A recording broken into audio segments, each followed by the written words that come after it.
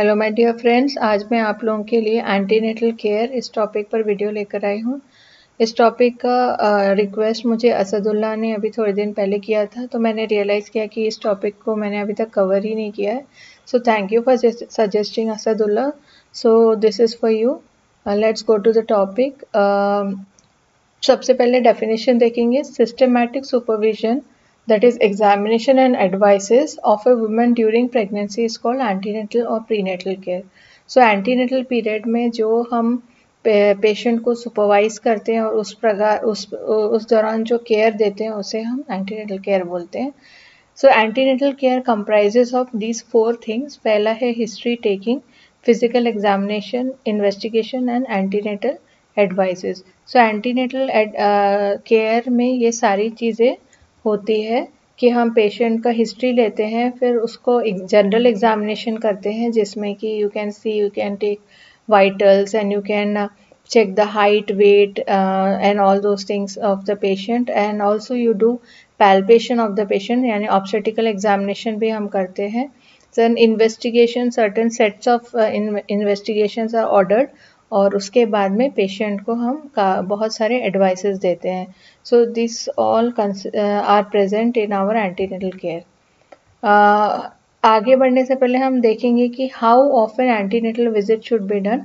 It is recommended to have at least 4 antenatal visit in a following frequency.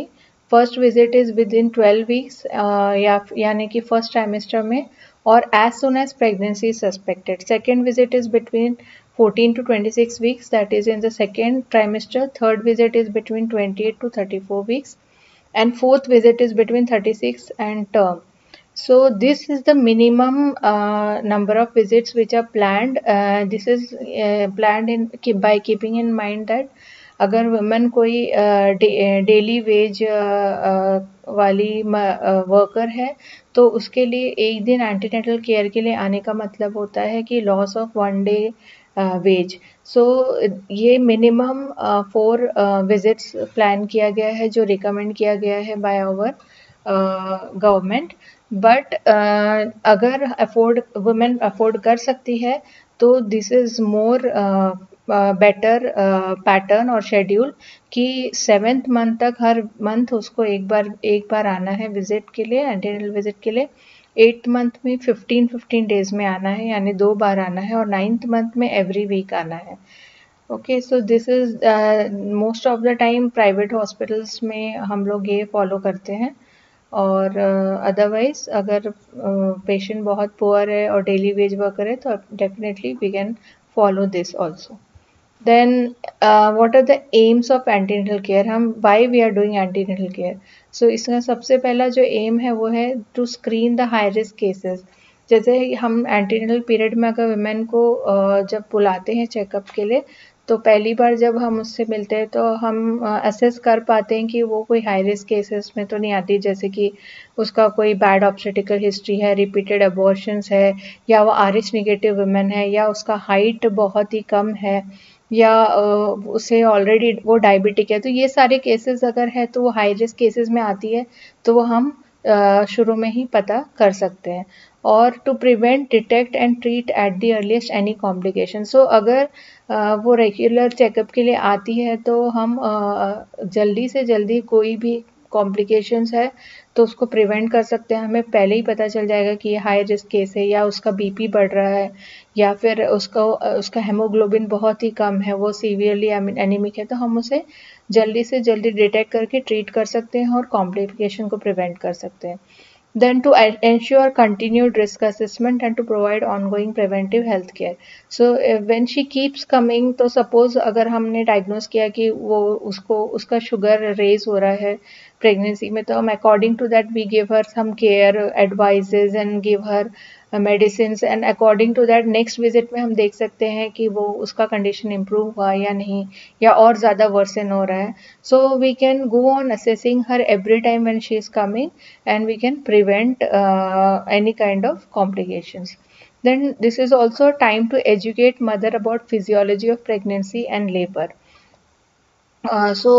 हम लोग women को इस time पर स्पेशली अगर वो प्राइमरी ग्रेविडा है तो उसे प्रेगनेंसी का फिजियोलॉजी, लेबर में क्या एक्सपेक्ट करना है, what happens, what is expected from her, ये सारी चीज़ें सिखा सकते हैं और उसको जो फियर ऑफ अननोन है उसे हम एलिवेट कर सकते हैं. Then to discuss with couple about time, place and mode of delivery. This is again a very good time कि हम कपल के साथ इन सारी चीज़ों को डिस्कस कर सकें और डिसाइड कर सकें कि वो उन्हें डिलीवरी कहाँ करानी है, कोई स्पेसिफिक डेट या टाइम पे करवाना है क्या, कौन से मोड से डिलीवरी कराना है, ये सारी चीज़ें हम डिस्कस कर सकते हैं. Then to teach about care of newborn, this is also very important कि हमें उस कपल को एंटीनेटल पीरियड के टाइम से ही बेबी केयर के बारे में समझाना है, बेबी के ब्रेस्ट फीडिंग का इम्पोर्टेंस समझाना है, इम्यूनाइजेशन के बारे में बताना है. All these things can be explained to them. Then to motivate the couple about family planning, this is very important कि we have to motivate the couple from antenatal period itself कि आपके जो second first अभी इस pregnancy और next pregnancy के बीच में gap होना चाहिए, तो उसके लिए आप कौन सा फैमिली प्लानिंग मेथड अडॉप्ट करना चाहेंगे, उनको हर तरह की चॉइसेस देना चाहिए और उन्हें मेंटली प्रिपेयर करना चाहिए.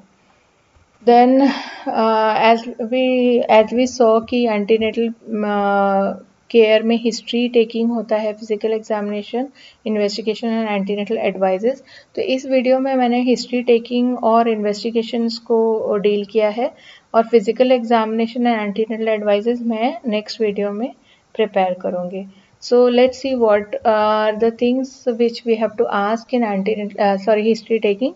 सो डेट ऑफ एग्जामिनेशन सबसे पहले नोट करना है, जिस दिन आप एग्जामिन करें वो डेट यहाँ डालेंगे. Then name of the patient, age of the patient, address. Then gravida and para, मतलब अभी ये टर्म्स को समझाने के लिए मैंने एक वीडियो बनाया हुआ है टर्मिनोलॉजीज. अगर आपने वो नहीं देखा है तो आप वो भी देख लें. तो ये उनका कौन सा प्रेगनेंसी है, वो कितने बार उसने वाइबल चाइल्ड को बर्थ दिया हुआ है, ये सारी चीज़ें पे डिपेंड करता है कि वो ग्रेविडा और पैरा क्या है. देन ड्यूरेशन ऑफ मैरिज, मतलब after how long of her marriage, marriage के कितने दिनों बाद वो प्रेग्नेंट हुई, whether it is soon after marriage और is it after 1.5 year. So depending on this we come to know the fertility of the patient, and according to that we can advise her about family planning, and we can expect कि अगर उसका fertility बहुत ही ज़्यादा है तो वो there are chances that वो second pregnancy भी बहुत ही she may get pregnant very soon. So ये important होता है जानना कि उसका duration of marriage क्या है.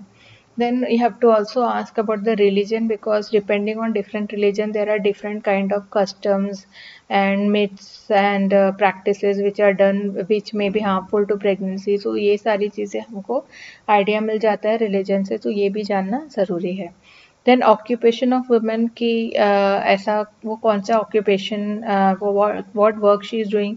सो जिससे हमें पता चलेगा कि अगर कोई ऑक्यूपेशनल हैज़ार्ड है तो हम उसके लिए उसको एडवाइस कर सकते हैं, जैसे कि अगर वो एक्सरे टेक्नीशियन है या फिर वो रेडियो थेरेपी डिपार्टमेंट में काम करने वाली कोई नर्स है, तो according to that we have to tell her about the hazards and to change her occupation or to take leave according all these things. Then occupation of husband, this is also very important. By this we come to know ki what is her socio-economic condition, what kind of care and what kind of medicines or diet she can afford. Also agar suppose husband is having occupation like driver or something, truck drivers, and also they keep going to different cities and traveling to cities, and they tend to go to prostitutes.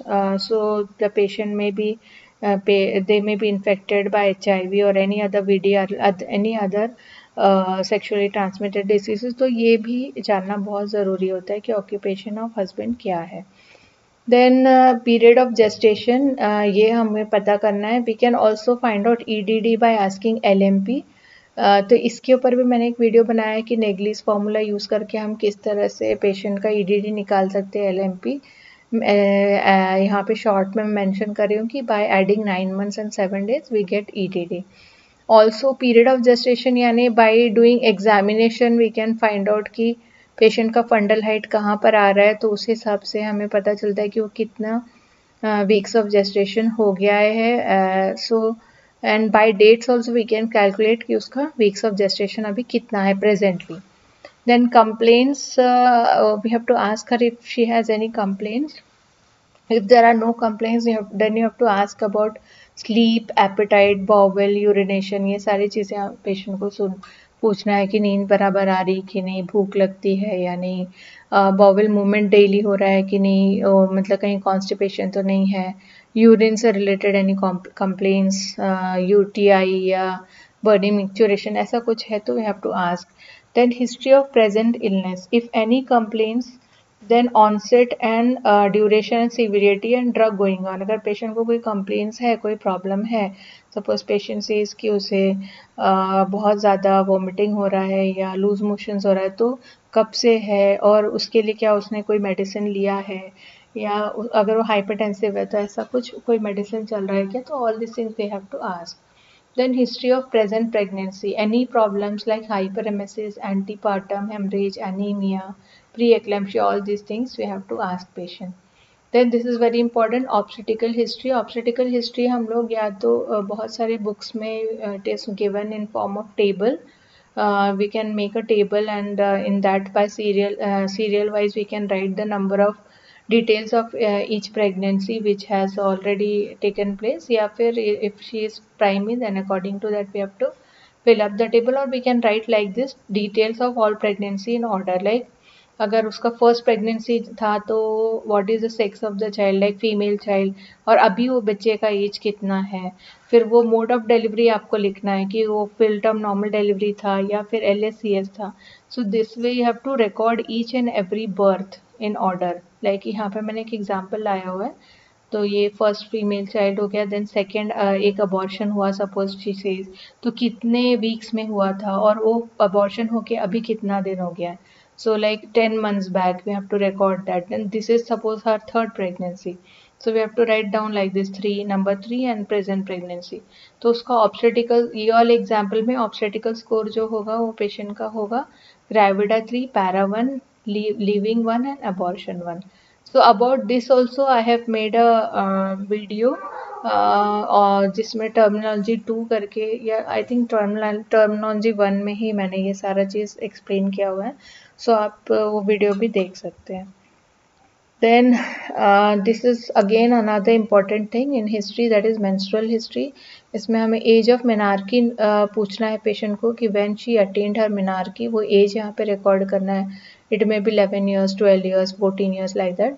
Then last menstrual period अपने को record करना है. Frequency and duration of cycle, यहाँ पे हमको पूछना है कि उसके जो पीरियड्स आते थे वो कितने फ्रीक्वेंटली आते थे, यानी 28 days आते थे हर 28 days में, या हर 35 days में, या हर 15-20 days में. So that she will tell. And every duration यानी every time how many days she is to bleed, like 4 to 5 days bleed होती थी या 6-7 days ब्लीड होती थी. All that you have to record. Then type of bleeding कैसा था, whether it was scanty, average और heavy. Then any pain associated, a little bit discomfort and pain is always there, but if it is too much which is incapacitating her, that is dysmenorrhea, so that has to be mentioned here.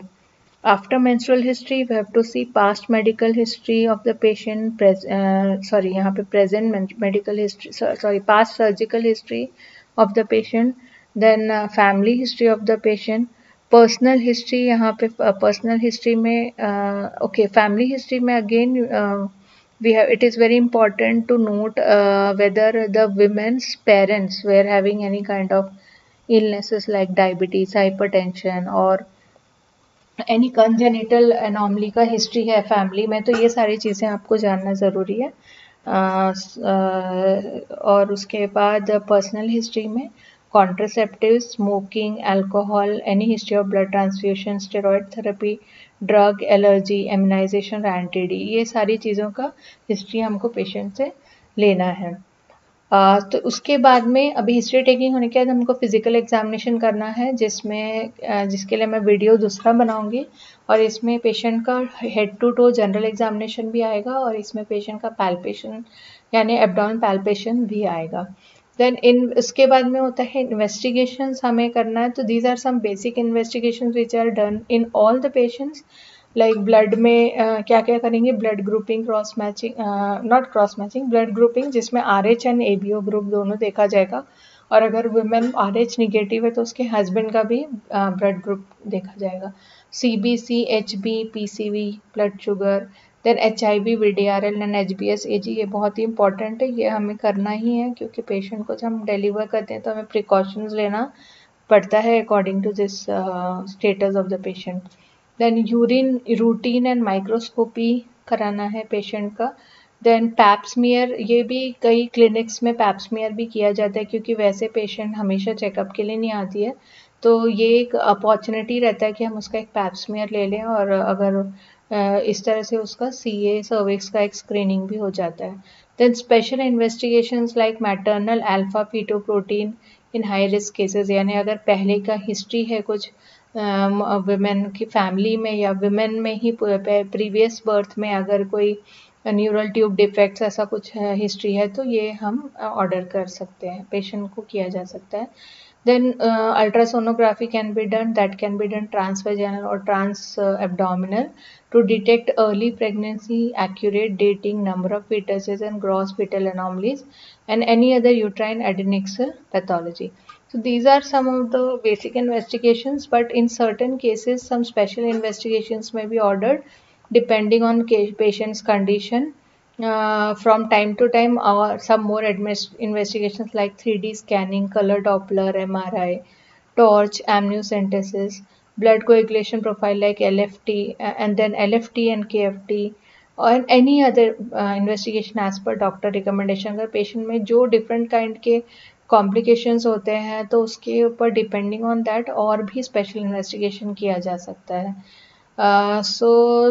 This was about the history taking and investigations in antenatal care. Thank you for watching my videos. Keep watching and sharing my videos. Thank you very much. Bye bye.